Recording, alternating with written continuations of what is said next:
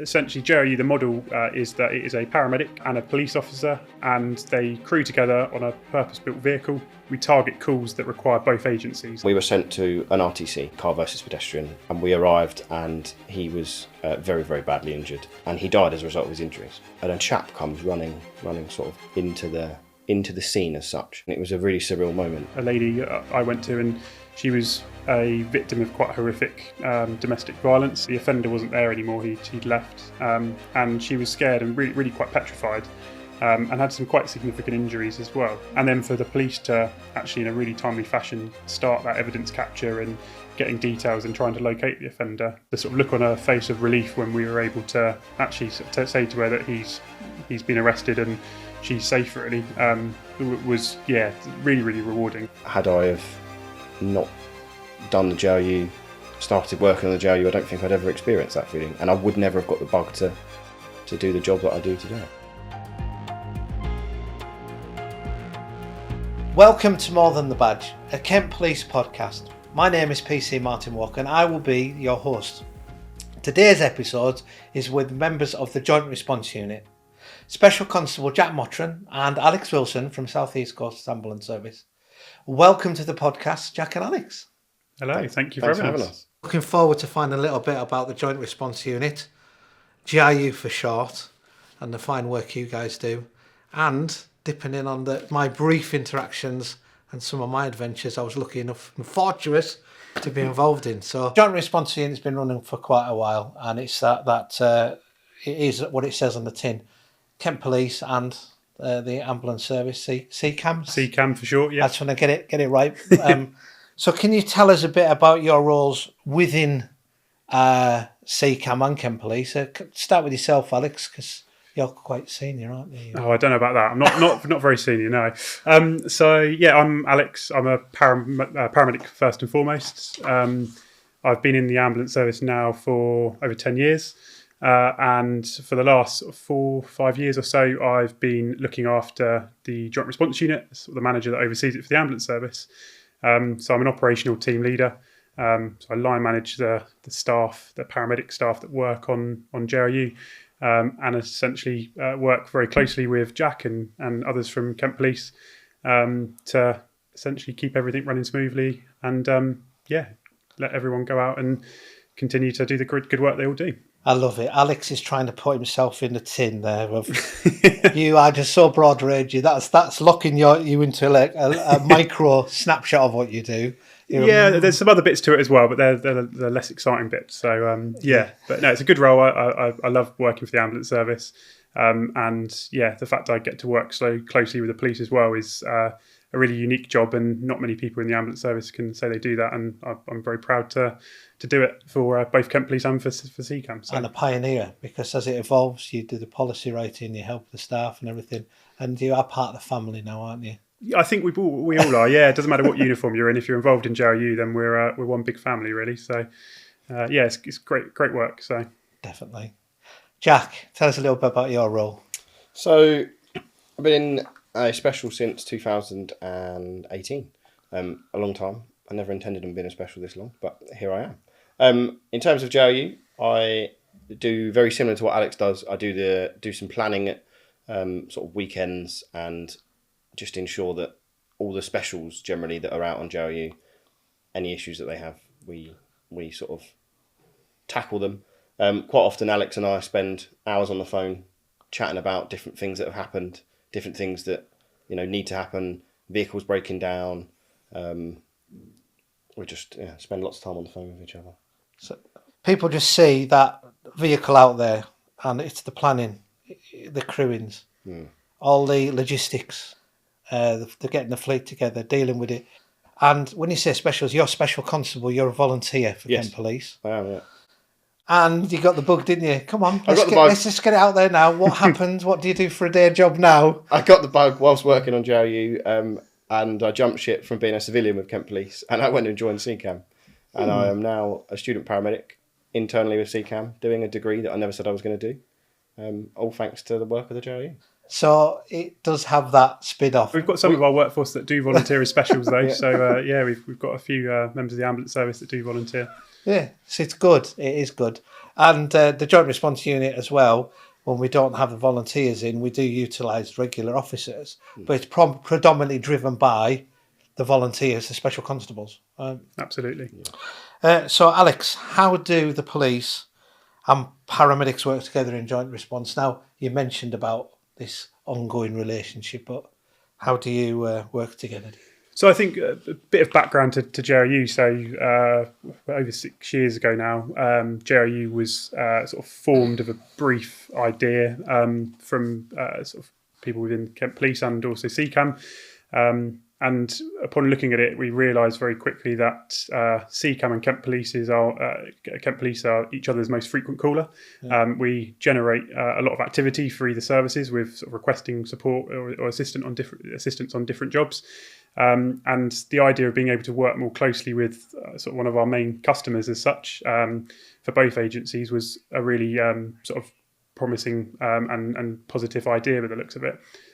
So trial was started initially just on Fridays and Saturday nights, and it was pioneered really with the Special Constabulary, so a small team of paramedics and special volunteers went out on a vehicle that we sort of repurposed to trial it for a few months, and very quickly the data was really promising.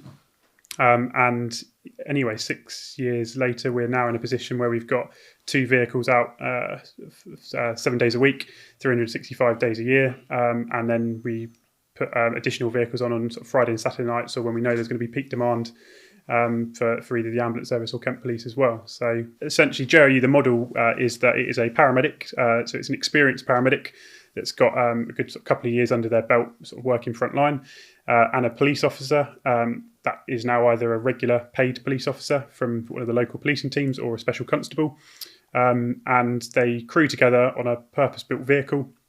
And we target calls that require both agencies. That's bottom line the work that we will go to and target. So we review the 909 calls coming into the ambulance service and coming into Kent Police. And a lot of the time, the incidents that we attend come into both agencies because there's a need for both services.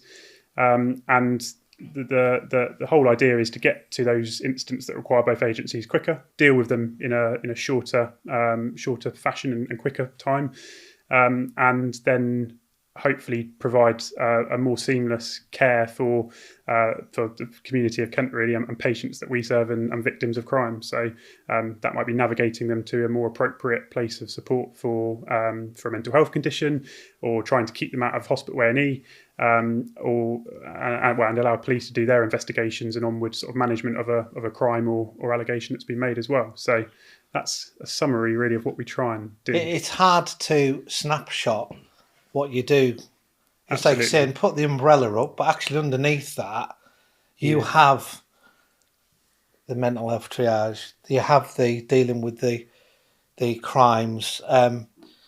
It's quite complex what you get involved in, and the stories and the good works and the good practices. You could fill the room here now with you. It's really hard to sort of describe one shift because every shift is so different. We police and ambulance colleagues deal with such a wide variety of things on an everyday basis, and especially JRU, we're dealing with quite complex scenes, complex individuals at times.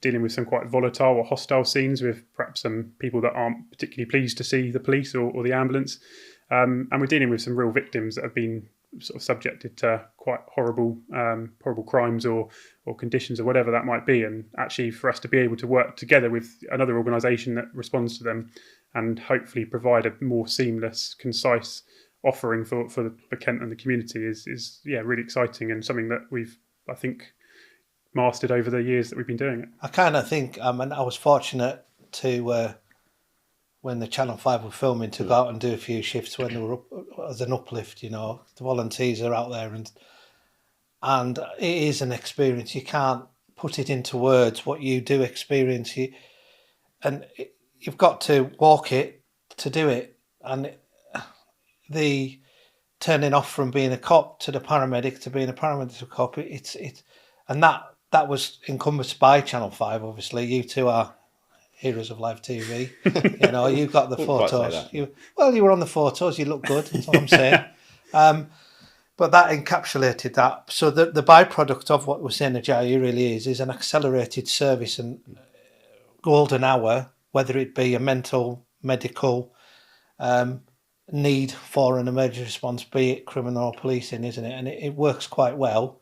And it's grown, hasn't it? It's snowballed. It's massive. It has, yeah. And we've had real interest from other ambulance services, other police forces. We've had people visit from quite literally sort of all over the world as well, and engagement with Canada, America. We had someone from Northern Ireland a few months ago, and yeah, other parts of the UK. So it's it's really exciting that we're able to help pioneer sort of this space in the emergency services and help share that around really with others that are interested as well. A win for the people of Kent, and hopefully, if it's mirrored, wear it well. Russ. Absolutely. What is the main purpose of the Joint Response Unit then? So, the main purpose of the Joint Response Unit, it's quite, as we've said, it's quite niche. Starting from a policing point of view, it's to deal with any jobs that require a police officer and a paramedic. That's quite simply how I explain it. If you can think of a job that needs a police officer and a paramedic, we'll go to it. Road traffic collisions, mental health calls, assaults, stabbings. It's just a unit essentially where we can turn up together and we can work, as we've said, seamlessly to achieve whatever the aim of that job may be. Whether it is the police officer dealing with the victim, taking statement from the victim, whilst there's a paramedic there that can assess injuries, and we don't have to sort of break that continuity with whoever that victim may be, and we can provide them a better service. And it's a really simple sort of one-liner. We work together as we walk in, and everyone's sort of just okay, that's why there's a police officer and a paramedic. The other thing that we do quite a lot, and it's not something that any police officers would have done before, is attending CCAM Category 1 calls, so the highest category of calls, cardiac arrest essentially. Police officers across the county may or may not have done CPR in their time, but if they come onto JLU, they're pretty much going to at some point, because we've got some really nice cars that can get places a lot quicker than what ambulances can, and we tend to be first at scene of Category 1 calls quite often. I can't say anything but good things about it. It's just a great unit to provide the best service that both organisations want to provide, and we just managed to do that by simply being together and having that great working relationship. Yeah. And without sounding too gooey, it is reassurance. It is serving the public. It is our mantras, isn't it? And it's unique. You can't describe it to anyone, can you, Jack? When you go out as a police officer, and before I did some of the uplift shift to support, I went out on a JIU shift, and I found myself having to, where I'm in a policing mindset, you've got to be able to switch to the needs of the business of a paramedic, and during that particular shift, the calls can flip. You said about Cat 1, so they had a crew down button going. I've got my taser. I can go as I'm going to ultimately deal with somebody that's potentially violent, or and I'm in my criminal mindset. Am I going to need to deploy that? I've got all these options, and then on the flip of a coin, a Cat 1 comes in, and it's a child with breathing difficulties. And I felt for a moment really helpless, because I had to switch my brain and go, well, you ain't going to be using your taser. And the best I did was be the second to hold the hand of the child and the bag. And it was quite I'll always remember, it's quite a unique feeling, very rewarding. And that was the epitome then. That's when I kind of started thinking, I think I'm getting the GRU. Obviously, I don't do as much as you guys, and you've got a plethora of stories, but it's that time thing, isn't it? It's that time factor. Just talking to people sometimes, isn't it? It's also that human nature. Everybody in the police and the ambulance service wants to help people. So we've just honed in on that wanting to help people, put two people that want to help people together in different ways, and then it's just kind of, as you've said, snowballed to now 3 Battenberged cars they're the only 3 in the UK that are Battenberged quite as they are, with green, blue. Yeah, and that does run through. And funny enough, before we started this recording, myself and Az were talking that you've got the livery on there, but actually when you're in there as a cop, the paramedic and the cop, you kind of replicate that livery, don't you? Because you have to switch roles. You've got to be. It's quite a specialist function, really. I'd imagine that's what you've created. It's a really unique role for the paramedics in particular, because they're working in. Essentially, they're going to similar calls they respond to on an ambulance, but all of a sudden they're in a very different environment, and whether that might be they're getting to a job perhaps and a bit earlier on in the lifespan of that incident where it's still perhaps a bit unsafe, that scene, or there's still some hostile people there that perhaps want to cause harm to other people or police or even us at times. So it's a very different environment for the team to work in, and that's why sort of that level of experience and the fact that they work so closely with police officers is really beneficial.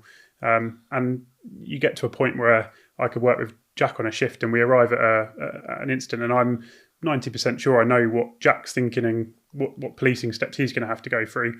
And Jack's probably a bad example now he works for us, but before he works for us, he probably knew kind of what we were thinking and could help. Actually, someone looks really unwell, that this isn't one that we've got time to play with, and somebody needs some medical treatment quick, and Jack would sort of get that quite early on as well. Yeah, and interesting that, and I suppose it's like a vicarious learning, isn't it? And that's interesting. And some of the paramedics as well, they'll suddenly know. I mean, a paramedic, when would you know a paramedic to know that we need to separate victims and witnesses, or grab out, we need to secure that from an evidential point of view, and on the flip side, the officer knowing that we need to get that oxygen bag in. Absolutely. Or where's the defib, what we're going to do. So there's learning as well, and everyone benefits, even the crews, don't they? Yeah.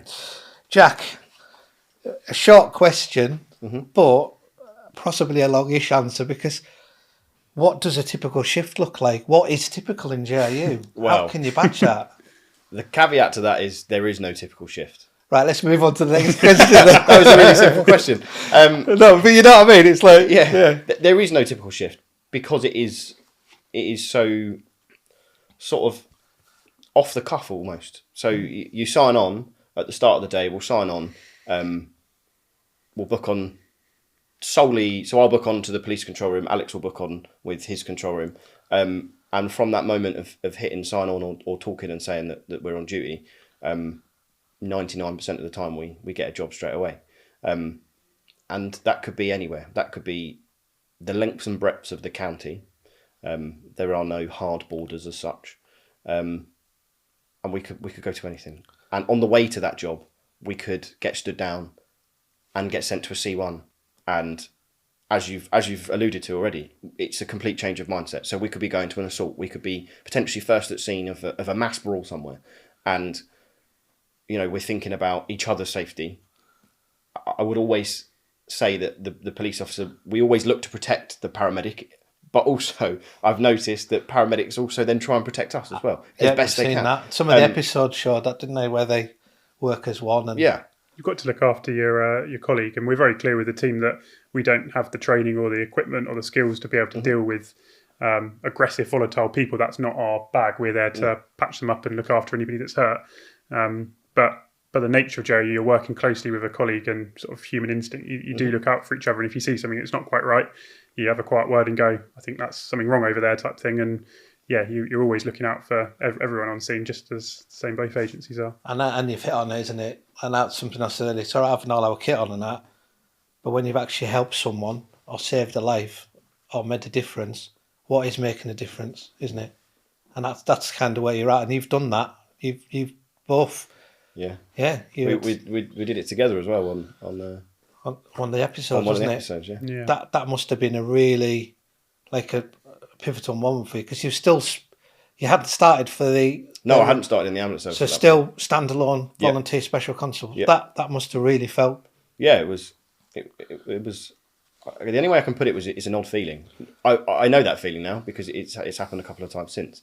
But I remember that day quite well. We were just finishing some food after we'd had quite a busy day, so we were trying to scoff down some food, and there was a C1 at a train station, and we were auto allocated on it, so we were the nearest resource to go.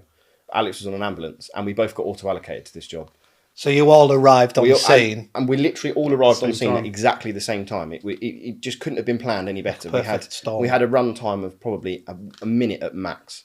And we walked down into the train station and there was a member of the public doing CPR on somebody who'd had a cardiac arrest in the train station. So jumped straight onto the chest, did CPR whilst all the sort of the paramedics were doing their thing at the time, had no idea what it was really that they were doing. And then very quickly we got him back, which was great. I remember we then took him to another location to meet the air ambulance, and he was flown to London. And then a couple of months later we got an email to say that he survived, and we met him afterwards.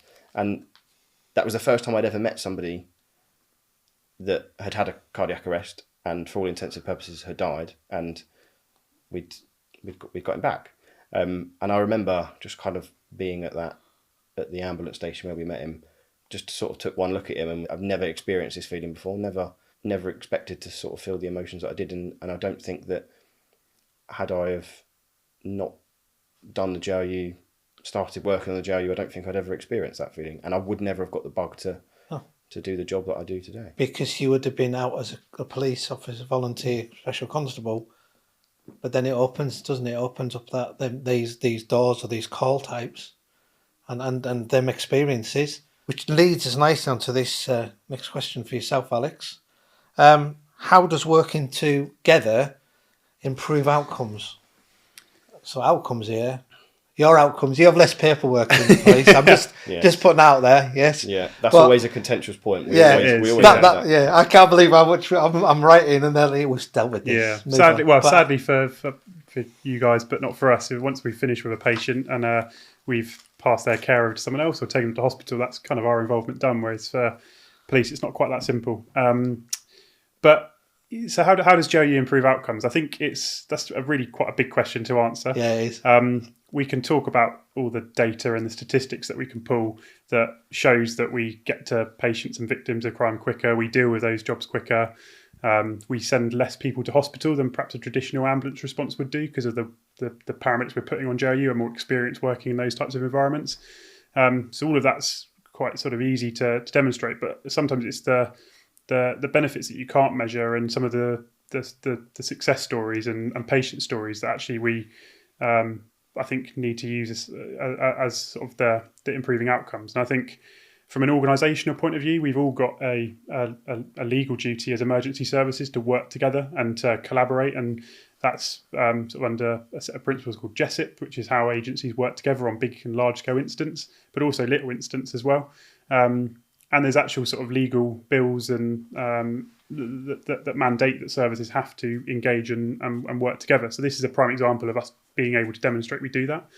And I think in terms of improving outcomes, just some of the stories that we come across, and one springs to mind of a lady I went to, and she was a victim of quite horrific domestic violence, and she'd been assaulted that evening, and we attended and supported another police patrol that were on scene, and they arrived at about the same sort of time as us, and the offender wasn't there anymore. He'd left, and she was scared and really, really quite petrified, and had some quite significant injuries as well. And just being able to all arrive to her in a very timely fashion and know that actually as a paramedic I have no need to be concerned really about being unsafe in that scene and when he might return, and actually am I able to go in and treat her and to start caring for her.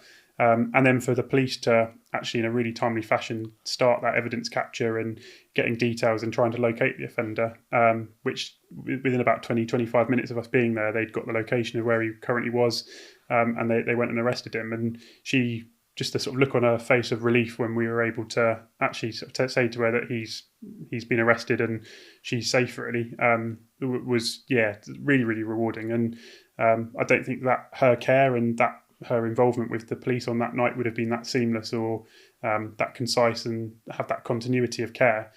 If it wasn't for the JRU going, it would have been a little bit more broken, and she potentially would have been waiting a bit longer for the ambulance or longer for police or whatever that might be. But actually, that was a perfect job that we could go and really make a difference to somebody that evening. So I think in terms of improving outcomes, that's sort of the stories are really key, and the difference, I guess, that the JRU makes are sort of shown with them. But you're right in what you're saying in that, and we know this, don't we?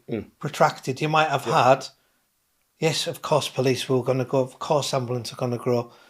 One of us is going to get there quicker. Absolutely, yeah. But we're both going to be going, where's the ambulance? And you'll be going, well, where's the police? Yeah. Well, actually, we're here. We've got some real-time updates. Let's get this offender. Medically, we can start dealing here. We're not going to be having to go to the... It's that quick approach, isn't it? Yeah. And it's for also, her, it must have reassured her. Yeah, absolutely. It must have been reassuring, and you could see in her face it was. But it's also the benefits of not even the patients we go to see, that actually, because we're working together and we're sat in the same vehicle, actually sometimes communication from control room to control room can be a little bit broken. It's sort of over the phone or radio. They're not face to face. They're in different buildings in different parts of Kent. And sometimes we help bridge that gap. And actually, if we've seen a sudden spike of calls in a particular area for a lot of assaults or something, that's information we can really quickly pass back to police. And equally, if police have got information that one of the calls we're responding to actually might not be as safe as we thought it was, then we can notify our control room crews, and we also can give advice to crews as well. So certain jobs where potentially patients are being aggressive or quite difficult to sort of manage and to help, and actually is there a need for police to come?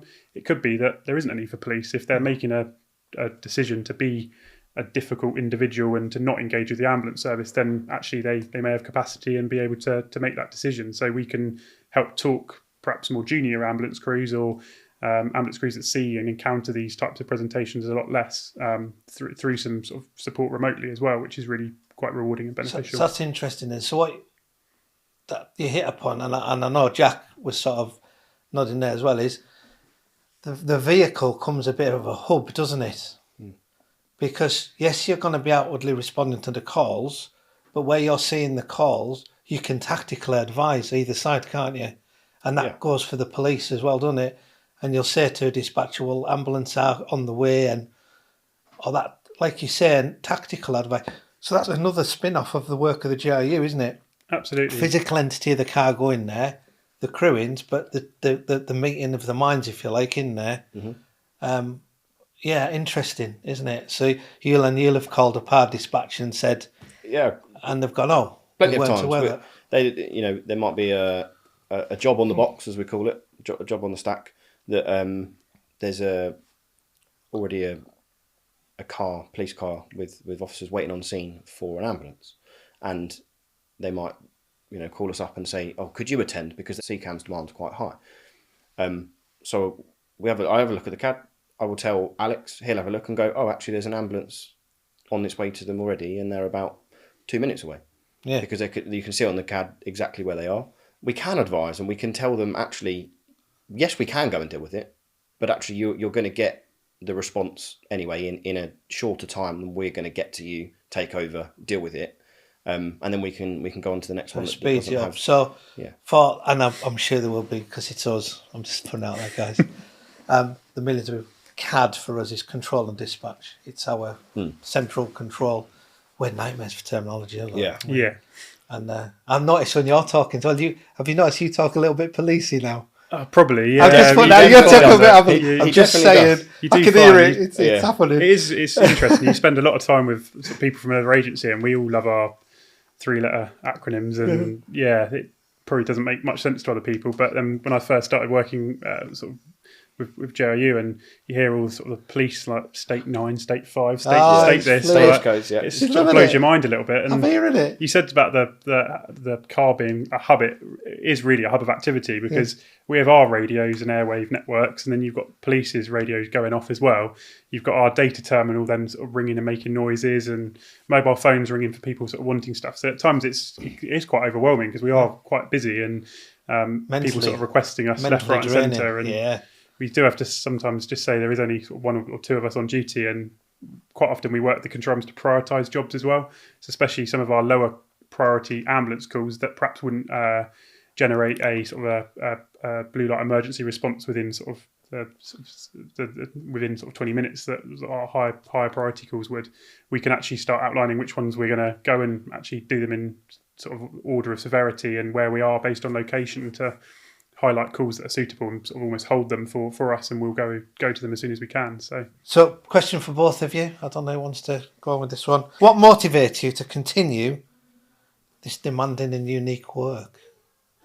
Well, I think based on everything we've said, is that just wanting to help people and wanting to provide the best service. And we are the only resource like it in the country that has successfully managed to implement and run this type of unit. There's an element of pride. Pride. And we've managed to make it work when some haven't. And we continue to make it work every day. Yeah. And it's growing, it's evolving, policy's been... Mm-hmm. But you hit upon it earlier. You're getting a knock of doors, other agencies, other people are pricking their ears up to looking at this now. Go on, you're not getting an answer to the question, by the way. He said both on my cue list. Everything Jack said, really. There we go. How did we know? I think, yeah, the definitely an element of pride knowing that we do what we do and it is quite unique. I think being able to line manage the paramedic staff that work on it as well is really rewarding. I think that job variety and mixing things up for paramedics is really important. Gone are sort of the days in the ambulance service where we just respond to sort of life and death emergency calls. We're an urgent and emergency care service now, so we deal with a lot more urgent care, primary care related stuff. And that's just because of sort of the way the NHS is now, and especially since COVID. And obviously, as an ambulance service, we also operate the 111 call service as well. So a lot of our incidents we respond to now as an ambulance service are lower acuity, so less unwell patients. And so actually mixing that up sometimes and giving paramedics different opportunities to work in a slightly different way, but essentially going to the same jobs they might go to on an ambulance, but putting them in a different environment where they can learn new things and utilise new skills is really, really rewarding. And seeing sort of their love and enjoyment of the job, means a lot. It's really nice to see. And I think just the building and continually sort of managing that relationship with Kent Police as well is really exciting. And I think that there's so much more that could be done for agencies to work together jointly, beyond just working in the same vehicle. Actually, control rooms working together more closely, and joint training and sort of CPD events and stuff, which we do run as well. So I think it's a huge plethora of opportunities that are sort of yet to be tapped, and we've been doing it for 6 years. So it's exciting to see what else the future might hold. And let's not make no bones about it.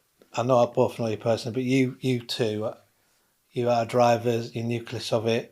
You're passionate about it. You give a lot of time to it. It's a big part of your lives, and I know how hard you work.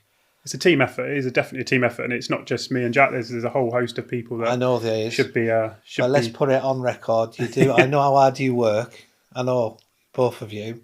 I know this is a team, but that team it's got to have that sense. It needs that guidance, that support, that making the decisions. So. But he does play it down, doesn't he? I love when I make him red. But you've both been on it from the beginning. I think that's the key, isn't it? It really helps as well that we have, having met. I only met Alex through the ambulance service. Didn't know him before I was in the police and before I was in the ambulance service. And we've become friends outside of work. We're very close friends outside of work as well. So Alex, you've hit upon an incident, that domestic one. Is there any others incidents you usually attend? You mentioned RTCs, the mental health. Is there anything else that you want to elaborate on? Yeah, so I think Jack's obviously mentioned some of them with the Category 1 calls. In the grand scheme of things, the Category 1 auto allocations, we call them. So if we're the closest to a Category 1 call, we'll be automatically sent by the computer dispatch system. That's quite a low percentage of what we do in the grand scheme of things. So we do get them. There will be sort of some probably every shift, but we do sort of our top call categories, as it were, that we go to are road traffic collisions. Some of them very minor, some of them more serious. Sometimes it's just us checking people over, advising some self-care steps to sort of stiff necks and backs and aches and pains and stuff, and sort of ruling out anything more sinister at scene. And then police can actually do the investigation side of things and breathalyse people that need to be and file sort of investigations for sort of looking up later on. And then also the more severe RTCs, where perhaps people have got quite significant injuries, we can sometimes get there fairly quickly, and we're used to working with all the agencies on scene as well, so we can actually sort of utilise everyone on scene to help us and help that patient. So RTCs are really good. Another sort of sad part of the job, but also very rewarding at times, is sudden deaths. So people that have died in the community and perhaps it's unexpected or unexplained. There is a duty for both agencies to attend those calls, because as a clinician we have to verify that person is sort of beyond all help, sadly. And then police obviously have to file a report for the coroner. So actually we can arrive at those jobs together in one team, and instead of asking my questions and then 30-40 minutes later police turning up and asking exactly the same questions again, or very similar ones, we can do it all in one go, which makes it just a not much nicer experience under quite horrible circumstances for loved ones. And you're right, empathy, massive. When people have lost loved ones, and it's about talking to people, and just that simple duplication, isn't it? Absolutely. It's just asking people repetitive questions when they've already sort of given the answer. They don't understand it. Sometimes they don't understand that we need different information. So it's more of a joined up approach is really key. And then obviously we've alluded to some assault, some domestic violence calls, people where they've sort of sustained any traumatic injuries in a public place. So a lot of drunken incidents, people perhaps intoxicated, been in a fight or hurt themselves on the high street on a Friday night. And then we also do a lot of mental health related calls as well. And we're very clear that we're not a mental health resource. Mental health is very much a health issue. It's not a police issue. But sadly, by the nature of some mental health presentations, there is a need for police, whether that be that they're sort of in immediate danger to themselves or anyone else. Police have sort of legal powers that can help people. And when you're in crisis. In crisis and perhaps, not aware of what they're doing or putting themselves in danger, really, there is a need for police. So we do respond to them. Can we so with the mental health, the car turns up, and I've been to a couple of these, and you know yourself, when you're just as a police officer, how time consuming mental health can be for us. It absolutely can be, yeah. So we'd go, wouldn't we? Go, I need the ambulance, we need. But you go, you can make some real good decisions around the person, get the welfare, get the wraparound done in, get the referrals, if they need an onward, if they are going to be going to a place. It's about resilience, it's about decisions and speed, and they can be made really. Absolutely. I think that's a massive win for GRU. Well, we love in the ambulance service shared decision making. So we don't want an ambulance person in green going out and just making a decision there and then with no involvement from anyone else, because that's when things can perhaps be forgotten or patients come to harm. So actually, the fact that we can work with a completely different agency and they have access to their referral pathways, as I said, police officers have slightly different mental health pathways than we do, and we've got access to some as well. Actually, the combining both of those options together from both agencies, with some very complex sort of cases sometimes, to try and navigate them to the best solution that evening, it is a real benefit sometimes. But we're very cautious. We don't want to criminalise mental health, and that's why sometimes GRU is not appropriate to go to, because it is a health-based issue, and the last thing that sometimes they want to see is a police officer turn up.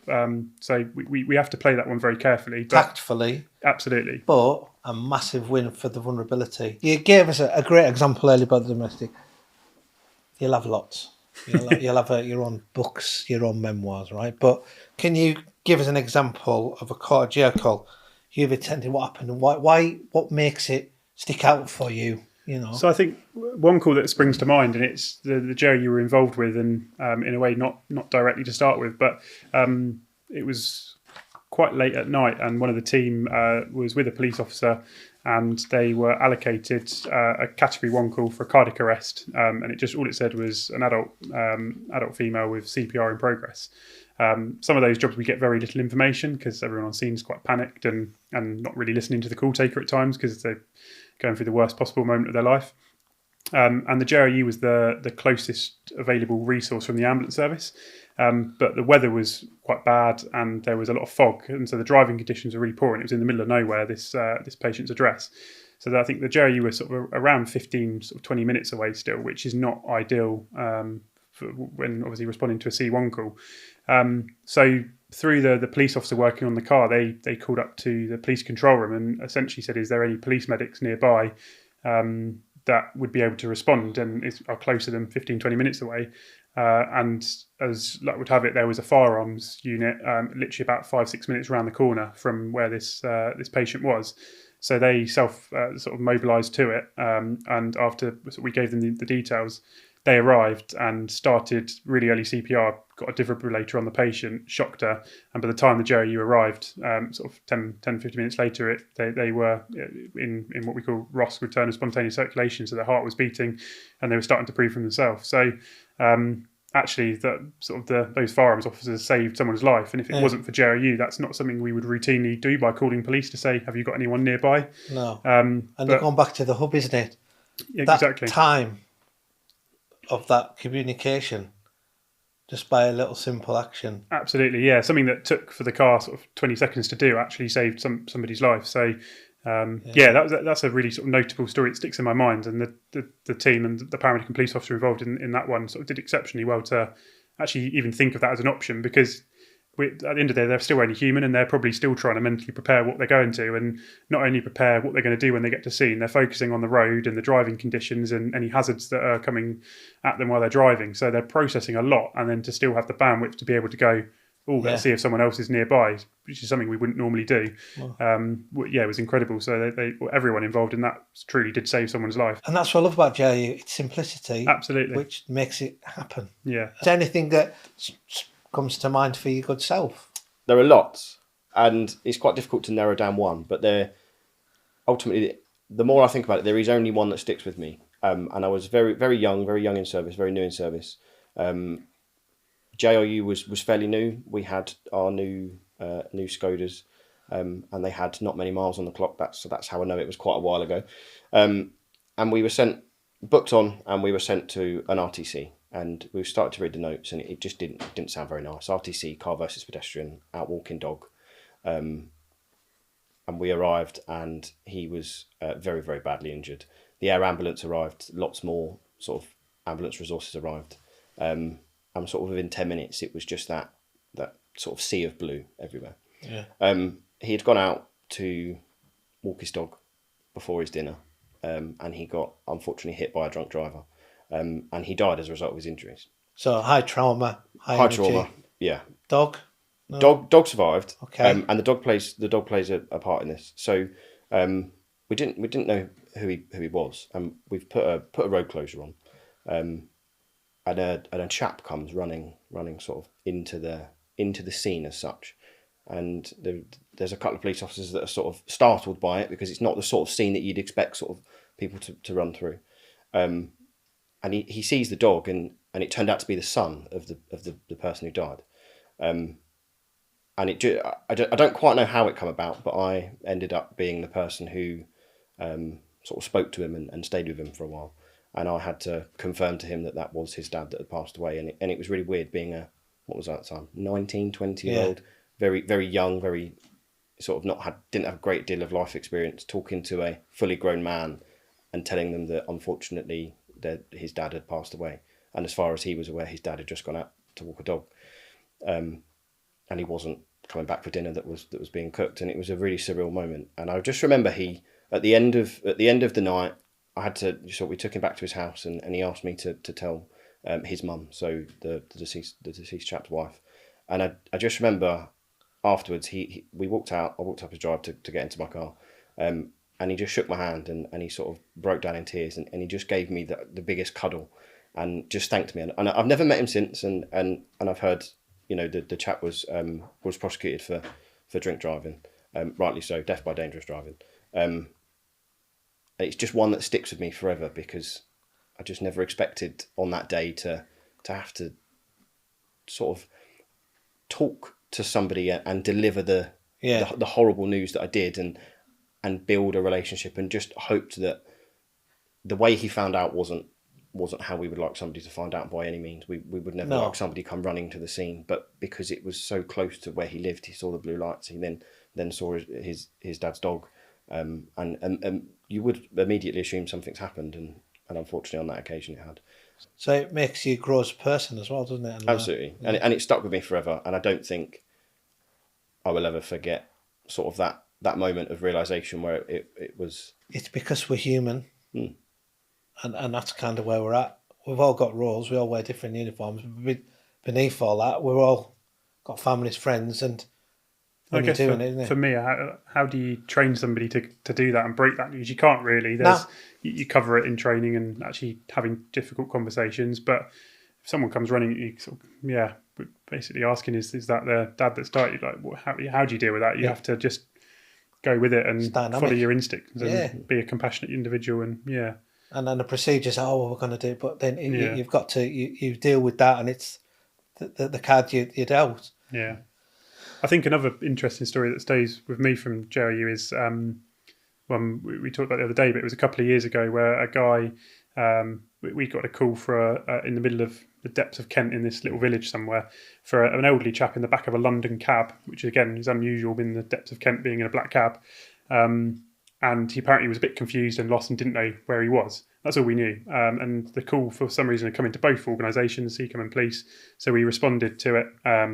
And myself and my police officer I was working with were met with a chap that apparently had got a one-way ticket over from Australia that morning to Heathrow, got into a cab and said to take him to this village because he was going to surprise his family for Christmas, and he didn't perhaps have the best relationship with his family, and he was sort of quite a vulnerable individual, sort of in mid to late 80s, and he got to this village and just thought he would know where his family lived, but got there and quickly realised he didn't know where they were, and so he was knocking on someone's house, and this poor lady, this poor lady had lived there for 50 years and said she didn't know who he was. So we were left with this sort of Australian chap in the back of a London taxi with the meter still running, not really sure what to do with him. And although he was vulnerable, there was nothing really medically wrong with him. No. He didn't have any of his medications with him, which was a bit of a concern.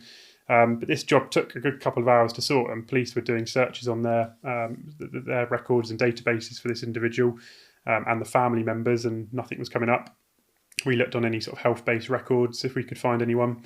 Nothing was coming up. And in the end, after a good bit of sort of detective work, we thought to search one of the son's names on social media and found him linked to a business, called the business up, and it happened to be his son. Wow.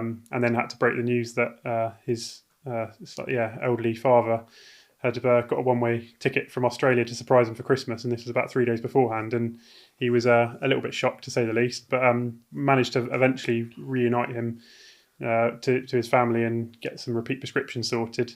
And then it later turned out that he had basically escaped a care home in Australia, and he was reported missing by the Australian authorities. So, yeah, it was a bit of an international rescue job, and that to notify the Australian authorities and safeguard him here in the UK.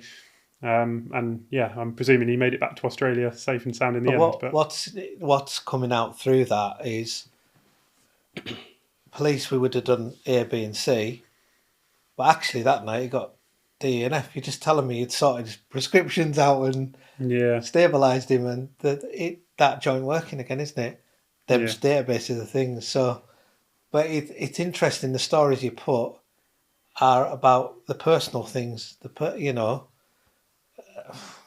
What can we say? You don't know what you're going to go to. No, do you? You don't. So JRU is a bespoke product, isn't it? It's a bespoke entity. How do you train? How do we train people to come into this unique environment?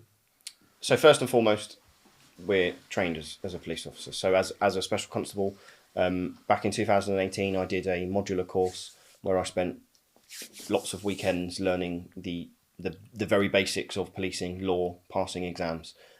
Did my officer safety training, and then did a portfolio, gained my independence, and then started work on the JRU. Some of the extra training that I've done my taser course. I've been very fortunate to be one of, I think I was the second cohort of Kent specials who were put onto a taser course. Yeah. I've done my public order courses, my method of entry courses, which all combined help in terms of working on the JRU. So we've got that taser. Should it be required? We've got method of entry. We carry the big red key and hoolie bars and all sorts on. So it's like a knowledge toolkit, yeah, of which you have the tools, yeah, within that fleet. Mm-hmm. Yeah. When I started doing some JRU shifts, training wise for us, it was quite a simple a simple transition. It was, this is the car. It's not a police car and it's not an ambulance. It's a mixture of both.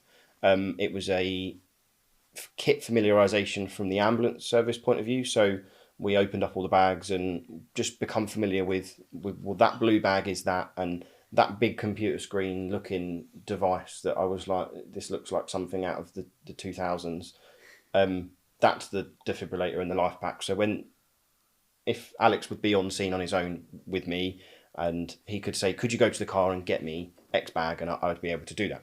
But that was really it in terms of familiarisation. And it was a familiarisation. It wasn't a training course to get onto it. It was sort of go out and understand it, because as we've alluded to, we can't even sort of explain how. But it was a pilot, wasn't it? Yeah. So how can you teach something that's new?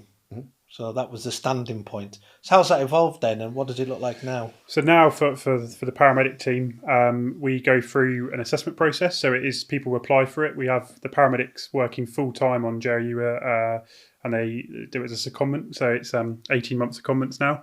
So the purpose of that is to give, the interest is very high, and we've only got a small number of positions based on the sort of number of cars we operate a day. So we want to try and give everyone an opportunity. So we do it on a secondment basis, and they'll go through an assessment process. And once they have been successful, we sort of have an induction day where we essentially cover all of the policies and procedures that are relevant to JRU, sort of an overview of really everything we've talked about today, what JRU is about, what we expect of the paramedics working on it, what they can expect from police.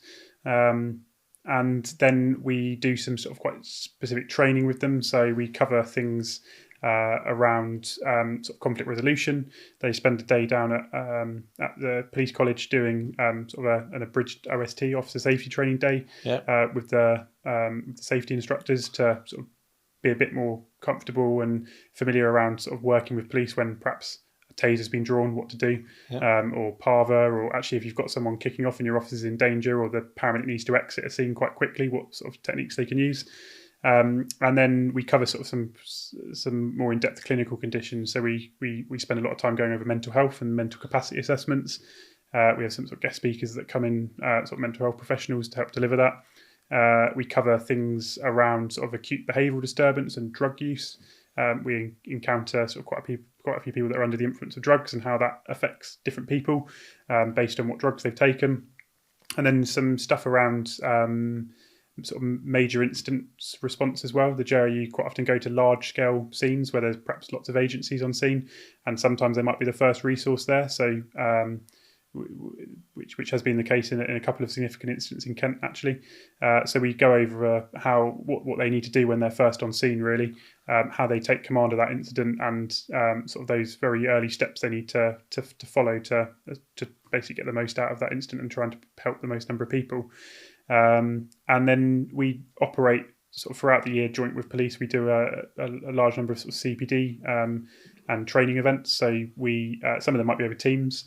And some of them are on police topics, some of them might be on more ambulance topics, but it's all stuff that's relevant and interesting to both organisations. And then we, for the last few years, have organised a yearly conference where last year we had about 100 people come from lots of different agencies, not just police and ambulance, the fire service, Coast Guard, RNLI, the Civil Nuclear Constabulary, so a wide range of emergency services. And it's just a time for everyone to meet, network, go over some sort of interesting guest speakers, and to just try and encourage more joint working, really. Yeah, and I recall that.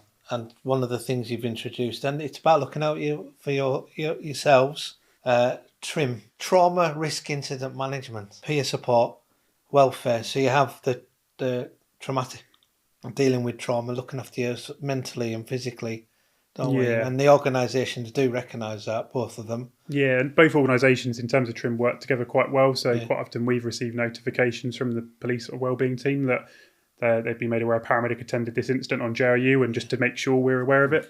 And vice versa, we pass any sort of incidents that the team go to back to police as well. And so we constantly look out for the types of jobs they're going to, and we have regular welfare meetings with all of the team, and we do something sort of every month called Debriefing Donuts with the paramedic team, where we come in and Good to debrief some talk. jobs and talk through stuff. And yeah, it's just to But meet. you said it earlier, Nick, we're a big family. We've got to look out for each other. Absolutely, And, yeah. and internally, you've got to, because of the type of things you're going to, like the high energy, the Yeah, trauma. What are some of the challenges you face in terms, we've sort of struck upon it, of balancing law enforcement and providing emergency medical care?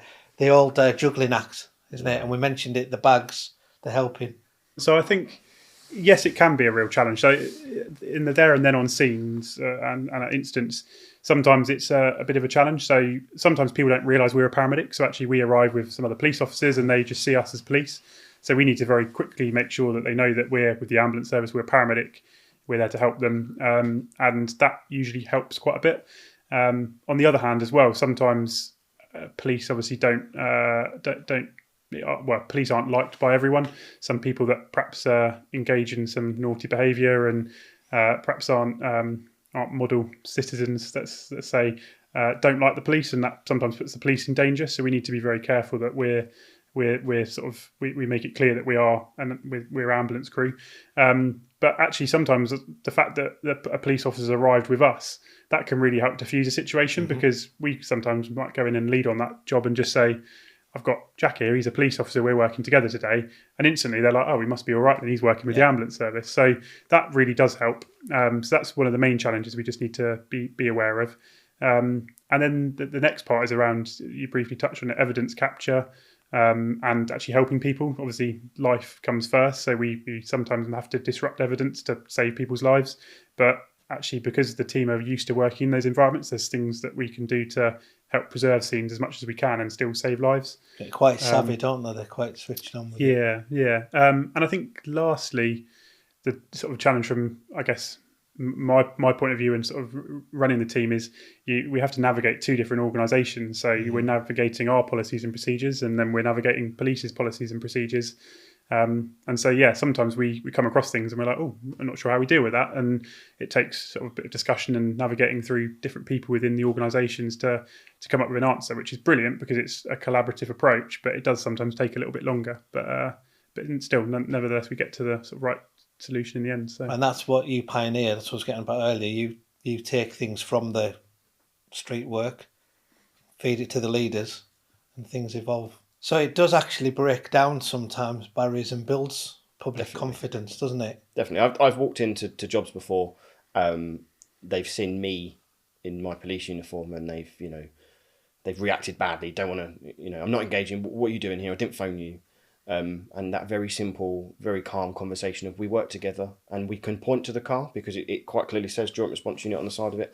And then it's just sort of like a click of the fingers and they go, oh, okay, well, they must not be as bad, and they're not here to catch me out. And we get a lot of interest as well if on the rare occasions where we're not allocated to an incident, if there's not sort of no calls outstanding on either side, then we'll go out and do some proactive sort of engagement, and whether that be sit on a high street and sort of actually just be a visible policing presence. But you have people come over and knock on the window and go, what's all this about? And they don't see it before.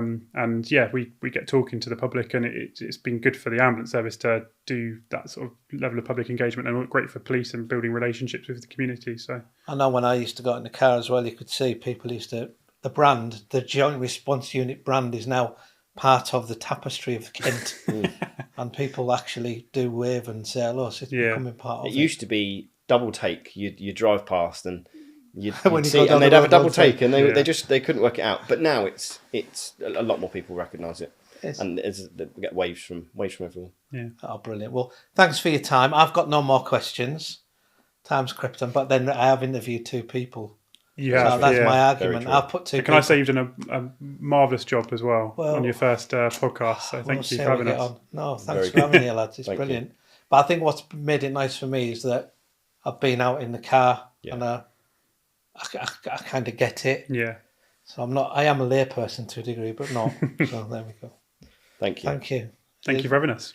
So if you've enjoyed this episode, don't forget to follow us on Instagram, X, Facebook and LinkedIn. We will be posting previews of all our upcoming episodes, and you can watch this episode on our YouTube channel and find out more about the variety of opportunities available by searching Kent Police Careers. See you soon.